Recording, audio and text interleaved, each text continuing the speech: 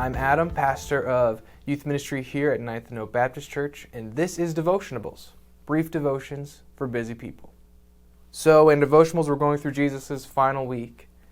And yesterday, in Jesus' final week, we see the triumphal entry, Jesus' arrival as Messiah.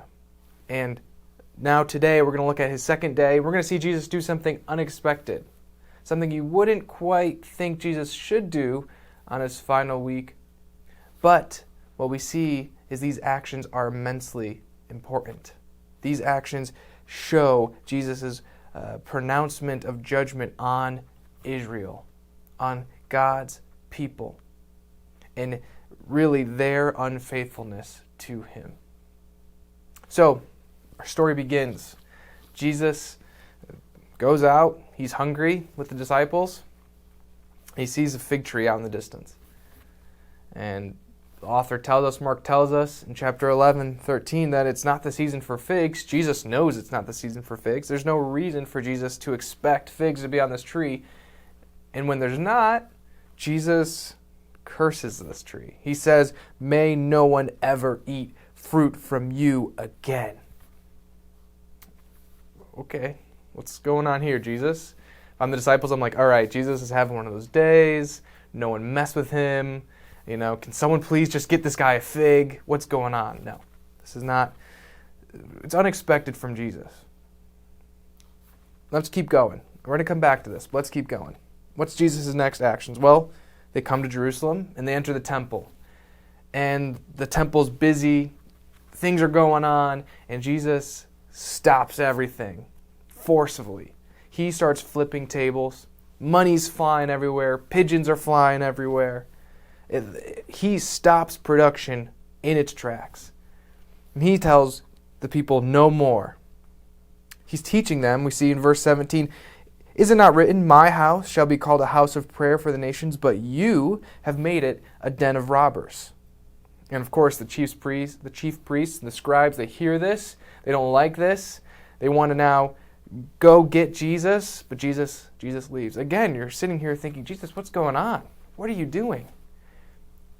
As an action, yes, you caused quite a stir, but did you actually change anything? Everyone just picked up the tables, they picked up the money, they put all the animals back in place and just kept on going. Well, what's really happening here? These two stories, the fig tree and the temple, they're intertwined. Mark makes it clear you can't separate one from the other. And the fig tree is symbolic of what's going on with the temple. Now, the fig tree itself is symbolic of Israel.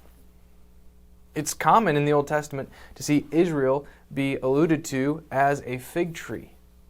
And so this one ordinary fig tree that is not bearing fruit, as it shouldn't be bearing fruit, is symbolic of the fig tree of Israel that should be bearing fruit, but also is not bearing fruit. And so Jesus sees this, curses it. And as we see in verse 20 of our passage, that the fig tree withers away. Now, why are these connected? Well, the temple, again, this is the place for the people of God to worship God, a house of prayer. But why does Jesus call this place a den of thieves, a place where robbers go to feel safe? Well, people from all over would come to the temple to worship, as we know. And to do that, they need sacrifices. So you could bring your own sacrifice. It'd be dangerous. You might lose. The sacrifice might die on the way there. Also, just another thing to carry on this long trip. So the temple, I think rightfully, started selling people sacrifices to make the burden lighter. And the same thing, people needed to pay a temple tax with a very specific currency. So they allowed for an exchange, currency exchange rate.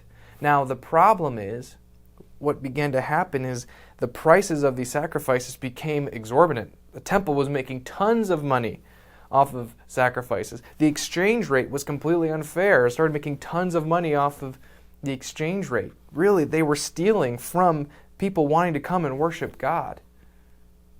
Jesus sees this, knows this, and he curses these people. He curses Israel at large, curses the leader's unfaithfulness in taking advantage of others. This is supposed to be a house of prayer, but you are making it a den of thieves, a den of robbers. You are showing no fruit. And so sure enough, just as the tree dies, the temple will be destroyed. Jesus is announcing, almost like a prophet in the Old Testament, is making this theatrical act, showing, yes, this temple will be destroyed. You have so much hope. The Israelites had so much hope placed in the temple. If we have the temple, God's dwelling, who can touch us? What could possibly go wrong? We could do whatever we want, really. Jesus is saying, oh, you have hope in the wrong thing. Yes, the temple is good, but what's going to come because of me, because of my life, death, resurrection, what's going to follow in the Holy Spirit, that will be far, far greater.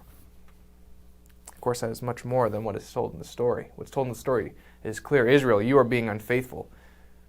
And what you've put your faith in, it's not going to last. You should be producing spiritual fruit, and you're not. You're just not. And so you claim to be God's people, but you're not acting like God's people. So how do we read this story? What should we take away? We don't have the option to, I guess, sell sacrifices at an unfair rate. Well, we do have the temptation of materialism all around us, the temptation of greed all around us. How often are we focused more on how much money is in our bank account than and using that money for our own gain instead of saying, how can we use this money for the work of God? Are we producing fruit? Are we a fig tree in leaf that looks like it could be producing fruit but isn't? Do we look like we're righteous but actually are producing no fruit of righteousness? These are the questions that we have to ask ourselves. Jesus was not kidding around.